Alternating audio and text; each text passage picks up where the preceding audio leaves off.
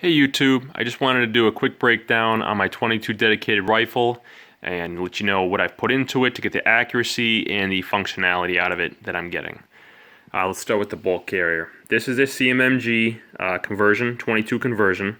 I've taken and put the Tac Comms Delrin bolt collar and Delrin slide stop on there to quiet it down and to keep the slide from beating against the actual unit itself. So far I love it. It's a lot quieter. Nothing seems to be wearing out. I've put a couple hundred rounds through it. They do send it with 2 collars so you can get the most out of it in case they do wear out. And you can order new ones for about $12 if they do wear out. As for the stock, this is the Magpul MOE. It's a fixed A2 length stock. It's got a nice compartment in the back. It's very light and it's just the right length to pull. They do sell an additional length spacer. Brings it about 0.8 of an inch longer if you need it. This is a Anderson Manufacturing upper receiver without the forward assist and without the dust cover. I actually got this in today. I bought it off AIM Surplus for $39. And when you can spend $100, $150 on an upper receiver with a dust cover and forward assist, I mean, if you don't need that stuff, $39. I'm gonna buy like 4 of these so I can continue to build other uppers because I'm mostly a bench shooter guy, and you know, I hunt. But if I need a shit hit the fan upper, I'll use the upper that came on this with the forward assist and the dust cover, and I'll just slap that on here.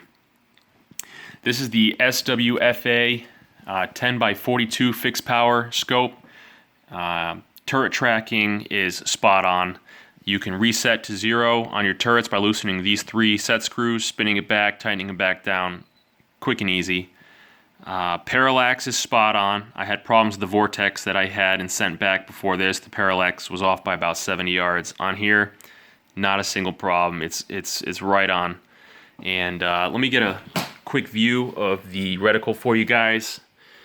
So you can see I got the mil quad reticle, and see if this will, there we go. That is the mil quad reticle.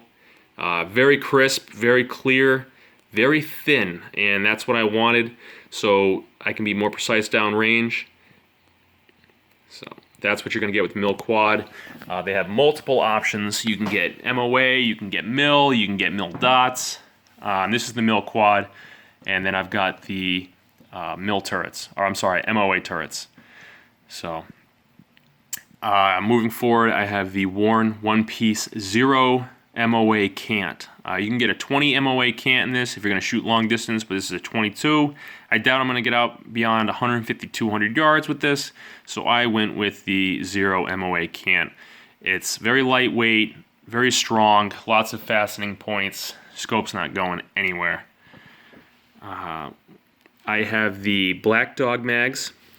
I got the X-Form with the metal lip. They were on sale. I think I only paid like $9 a piece for them. And I did the M&P 1522 conversion with the better mag adapter first. It didn't work that well. I loved the mags, but they didn't feed properly with the conversion. I ended up sending that back to Brownells, and I got the better mags. I'm sorry, I got the X-Form mags from Black Dog, and they work flawlessly. Couldn't be happier. This is the LaRue Tactical MBT trigger. It is a 2-stage trigger, 2 pounds, and then 2.5 to break. So, I mean, obviously, I don't even have the bolt carrier in there right now, so I'm not going to shoot it because I don't want to crack my upper receiver. But I will do a separate video on that. It is worth its weight in gold. This is the LaRue Tactical A-Peg grip. Very simple grip, nice stippling. You can get it without the stippling. It's meant for bench guns. Just the angle of how your hand sits, I love it. I think I only paid like $14 for that, and that was on sale as well. The Free Float Rail. I actually forget who makes this. I should have looked that up. But I got it off Midway USA. It was a blemished unit, so I got it for $60. I love it. The only blemish is that one little spot right on the front there. And normally it was like $100. I got it for $60. Couldn't be happier. This is a Black Hawk bipod. I think they go for $35, $39. I didn't want to spend the money on a Harris right now. I have no complaints about it whatsoever, other than the fact that it only has two length positions.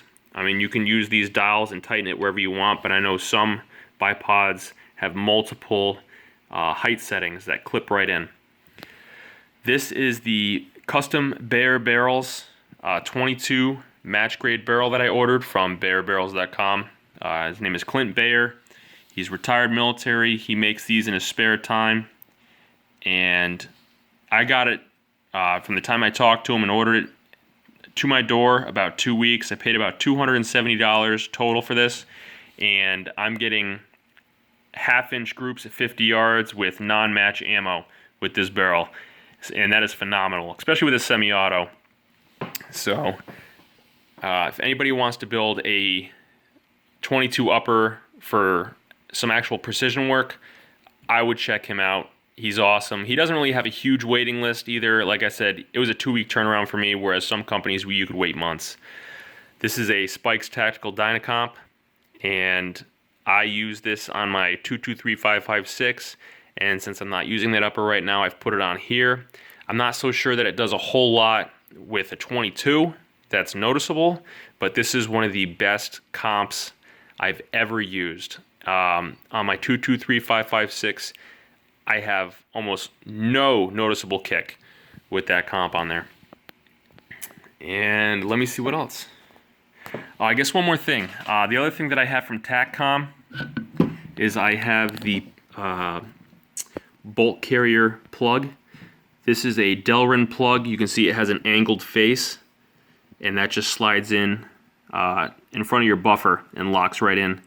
And literally all it is a round Delrin plug, but that angle, that point that's on there, what it does is it keeps your bolt carrier seated forward when your upper and lower are closed, because there is some play in there, and a lot of people that are going to the dedicated upper are having trouble with failure to fire or light primer strikes, because when your hammer goes forward, the actual unit is moving back and the firing pin is not contacting how it should.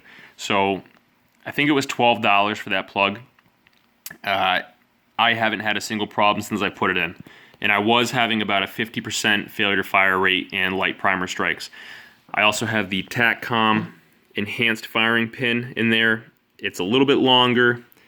It's made out of hardened stainless, and it has a little bit of an angle cut into it, so it gets a more reliable ignition.